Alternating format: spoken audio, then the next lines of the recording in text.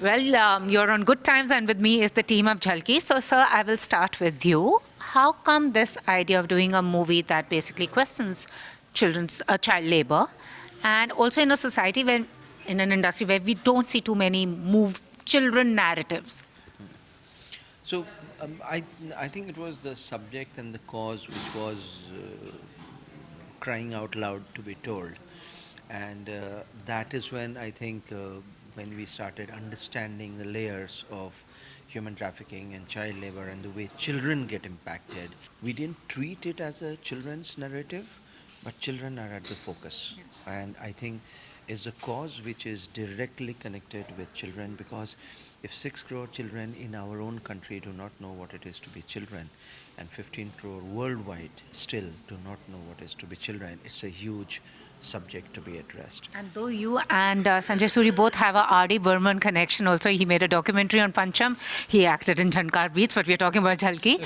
But you also done cinema like My Brother Nikhil, and that have questioned taboos in society. So what made you say yes for this particular one?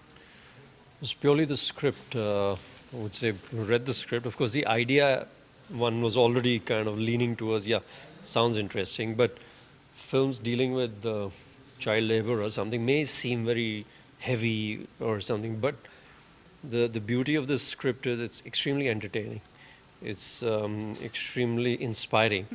And while the subject is very serious and all, the treatment is very human.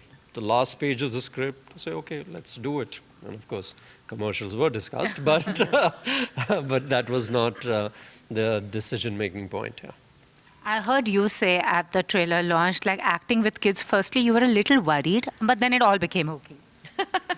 That's because they're so raw, they're so natural, and they have so much energy in them that it's difficult to catch up with them on everything. And acting is all about reactions, I think. So when they come up with anything, you really have to cope up. So they're dangerous and they're adorable at the same time. Yeah, I was fine after a while. Did you have a similar experience too as her, like being caught unawares?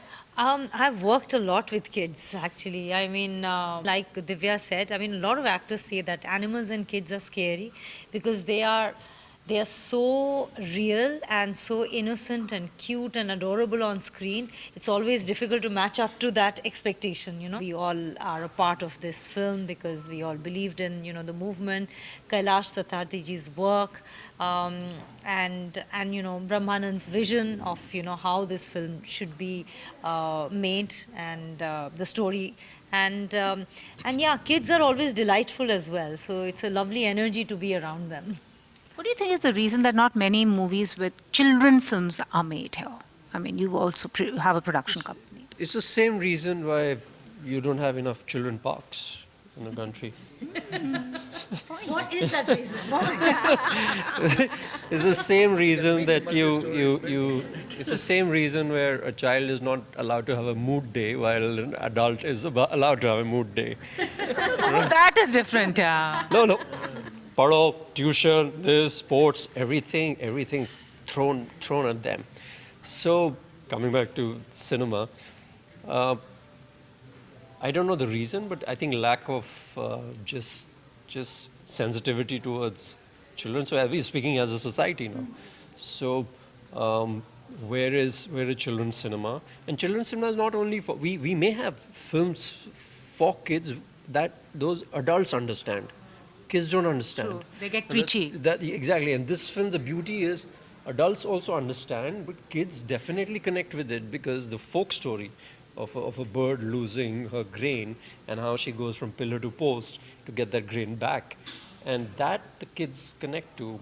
So sensitization towards cinema for children, which could be your future. We all go, you know, boasting India's a young country, but there are not enough playgrounds for youngsters. No, I agree. Exactly, and then we complain they're on gadgets. Where are the playgrounds? I agree with that. Well, I think when people are in a position to do what they can do, I think the big makers, they should back a children's film because it's very difficult to bring in a very good story, tell it nicely, and then sell it. I think the audience is all sorted to watch good films. They are all ready to watch it. All we need is good distribution, good marketing to make people aware that such a film is being made. I mean, I was just telling somebody about Stanley Ka Dabba. It's like an example. We made it on a shoestring budget with kids in the classroom whenever they had chuttis. That's how we made the film. I didn't even know I was shooting because Amol just called me. He said, just come to the school and say hi to everyone. I just went and he said, okay, pack up. I said, what did I do? He said, you're shot. You're done. Wow. So he just got me like that. That's how beautifully we made the film. And when I asked him the script, he says, this is a 5th standard English book, just memorize it. And I realized it much later, why was he giving it to me? Because the kids had the book by heart. And I was like, okay, I did it years back. I'm sorry, I forgot. I'm your teacher, but I forgot. So I'm saying that film got a standing ovation. That film was a houseful. So there are examples. What you need is somebody backing it up. You need somebody saying, I believe in it. I am going to stand with it. If a big production house is making like 10 big films, making huge amount of money, make one children's film and say, this is presented by me, watch it. Although on this point, I'd like to add, this can be a true example of PPP, as the governments call it, public-private partnership. Here is an opportunity for the government to use this film for advocacy, sensitization, and awareness. Seldom we get subjects like these. True. And instead of the producers approaching and begging them, give us tax-free, not because their income would increase, but more audience can watch the film.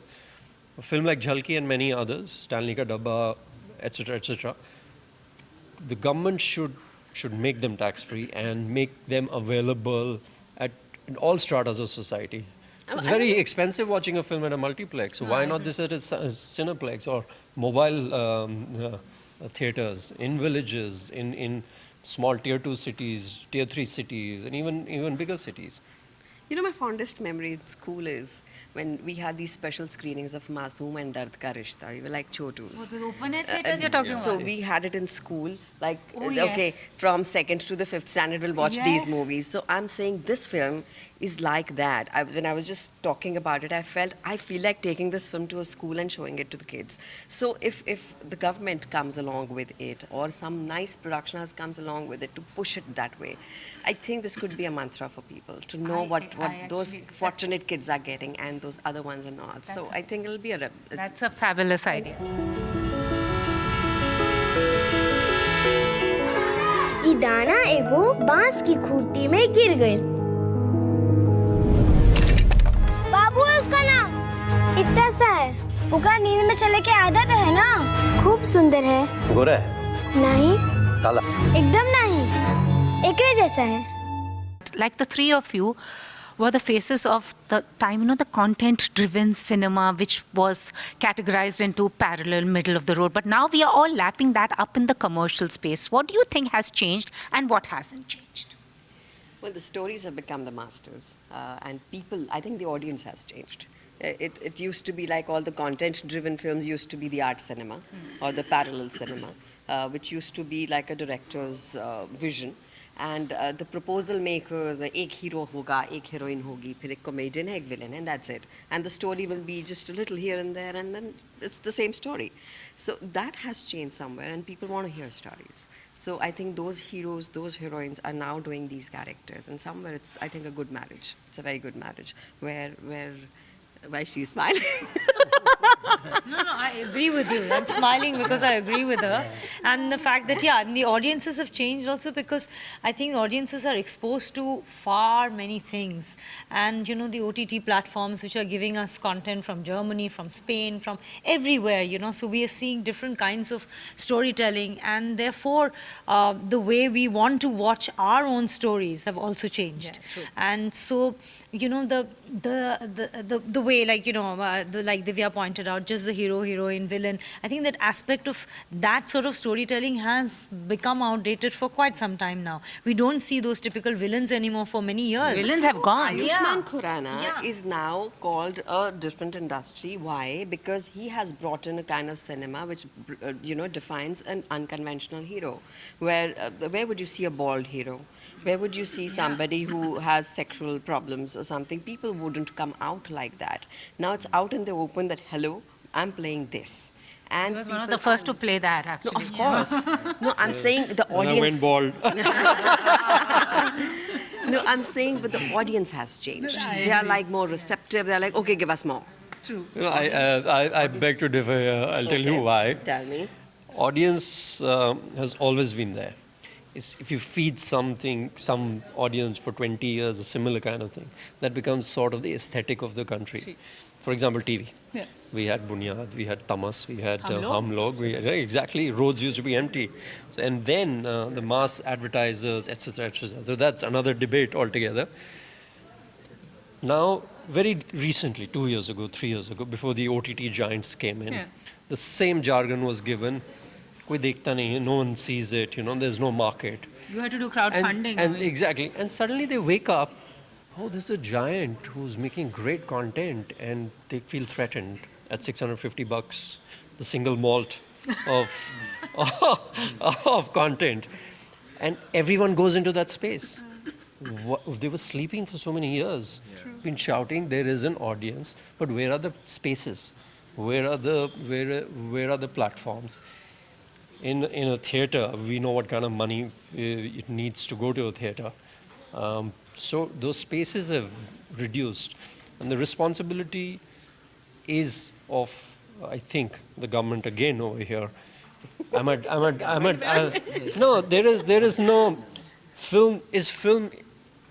What is it? Is it an art form?